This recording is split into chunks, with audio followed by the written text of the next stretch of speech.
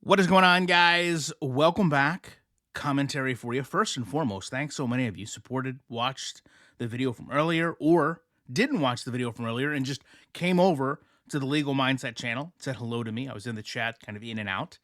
And I wanted to do a recap of this in case you didn't watch it, though I would recommend that you do watch it because he claims he got a lot of requests to cover Chantal. And right away, we see this different angle, right? It's not the dramatic angle. It's kind of a legal one. And he admits he didn't know a lot about Chantal before.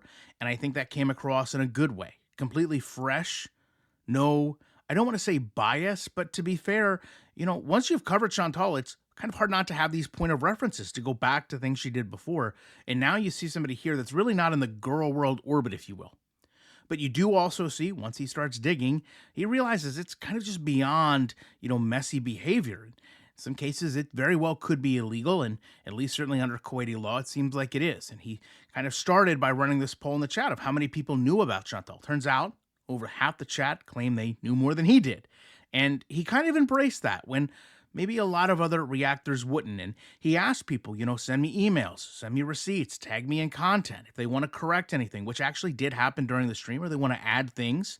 And kind of throughout the stream, the chat was kind of full of, longtime viewers of Chantal, reaction channels, many of you, and kind of blending in with the Legal Mindset followers, and kind of everyone's just kind of bouncing around ideas off in real time. I mean, certainly there's some cracking jokes, others were kind of venting, and it was really fun.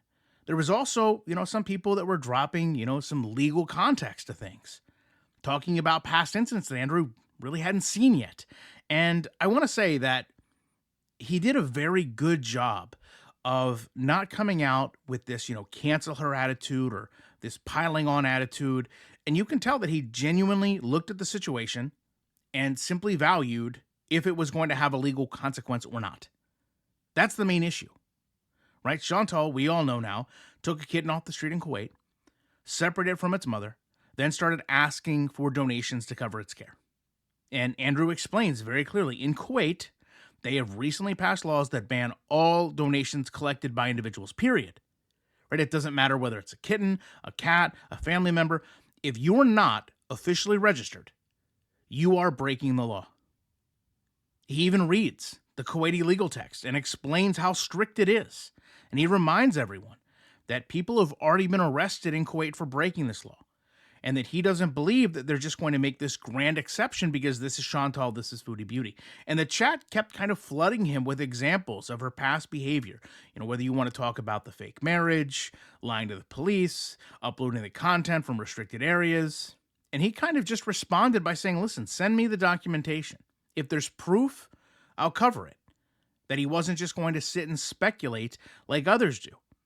He's not approaching this as maybe you would say a reaction channel would. But he was kind of cracking jokes right alongside of us. He laughed, but he also kept it really grounded. He brought to our attention, being vile, acting out, isn't always illegal. But you have to look at what can be actionable. And the situation with the kitten very much is. He also kind of went in depth to the expat life, kind of the fantasy Chantal has sold about living abroad. And he kind of went back and compared Chantal's, first impressions of Kuwait, how, I guess, awestruck she was. Plays some of the clips and then shows the context currently, right? Where we see this total shift from, kind of a tourist, if you will, to someone almost desperate to leave. I think even in her last stream, she kind of had that I need to get out of here idea. The chat really embraced those clips. More so when she went and talked about being silenced and how she had to leave, she couldn't speak her mind.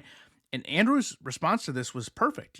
Did you not Google freedom of speech before you moved to the Middle East? Do you not understand the laws that govern the country that you want to stay? And he had receipts to back all of this up. I mean, he had screenshots of her donation requests, the statement from Paul's Kuwait disowning her, the formal complaint filed against her.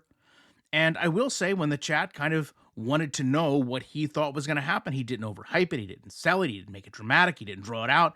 And he basically said he doesn't believe she's going to go to jail for 7 years, but she's going to be deported. Banned from Kuwait. I've long said that probably would be, in addition to a fine, very likely. He reminded everyone that for what we can see now, Chantal is a tourist and has no legal right to remain in Kuwait.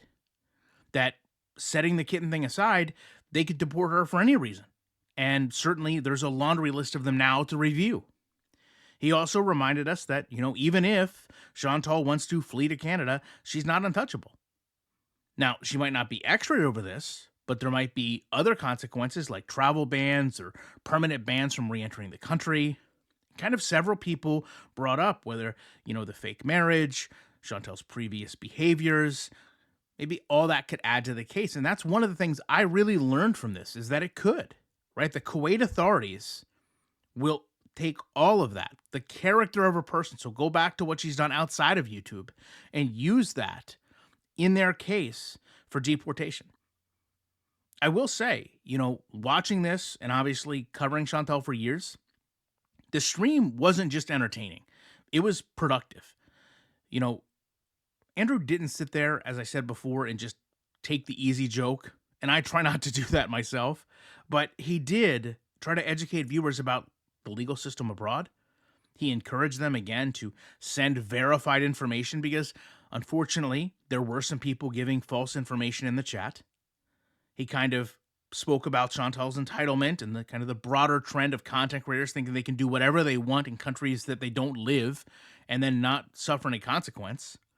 And the chat, literally, if you weren't there, was just kind of the best chaos you could imagine. I mean, there was tons of snark and receipts and hypotheticals. It really was interesting to see kind of girl world crossover to LawTube, if you will.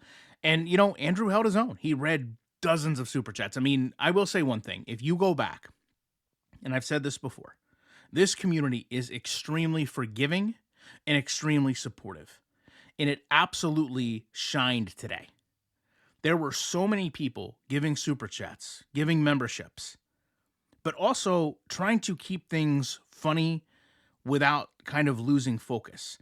And I continually thought to myself, this was kind of the crossover that nobody expected. I mean, I certainly didn't. And I know this has been a big week for Chantal kind of getting exposure from larger creators, but this one felt absolutely needed.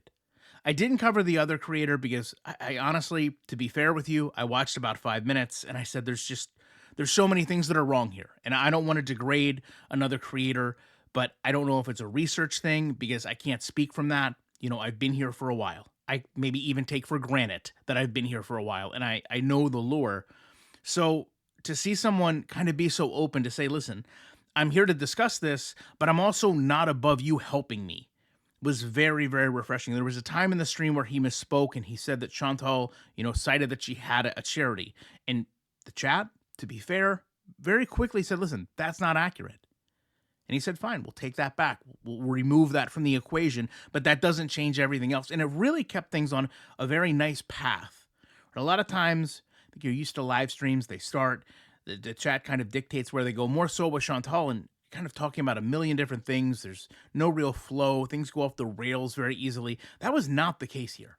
Everything kind of stayed on a nice trajectory of the opening, going through all the legal ramifications, and then the closure with kind of some questions and answers. So again, I know that that's a lot to kind of recap. I mean, an hour and a half in less than 10 minutes. I, again, would recommend you go watch for yourself. But if you didn't, maybe you don't want to, there's a recap for you. Chantal, very interesting that she wanted this attention for so long.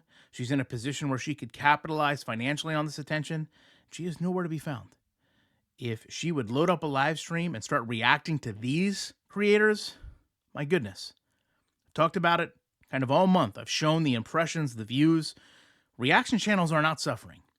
Anyone that tells you they are, anyone that tells you they're desperate does not know what they're talking about.